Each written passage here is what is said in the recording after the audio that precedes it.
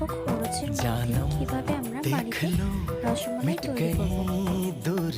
প্রথমে একটা গোটা ডিম ভালোভাবে সেটাকে ফাটিয়ে বাটিতে রেখে দেব।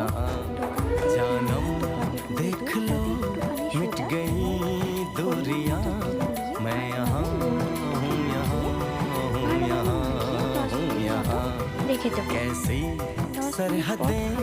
कैसी मजबूरियां मैं यहाँ हूँ গ্যাসের উপরে রেখে তাতে দুটো এলাচ দিয়ে দেবো এবং সেটাতে পরিমাণ মতো চিনি দিয়ে দেবো। নিজেদের স্বাদ অনুযায়ী চিনিটা দিয়ে দিতে পারবেন, যে যেমন মিষ্টি খান আর কি। তারপর সেটা ফুটে যাওয়ার পর তাতে ডিম ও দুধের সেই মিশ্রণটা দিয়ে দেব এবং সেটা ভালোভাবে ফুটিয়ে নেওয়ার পর তৈরি হয়ে যাবে আমাদের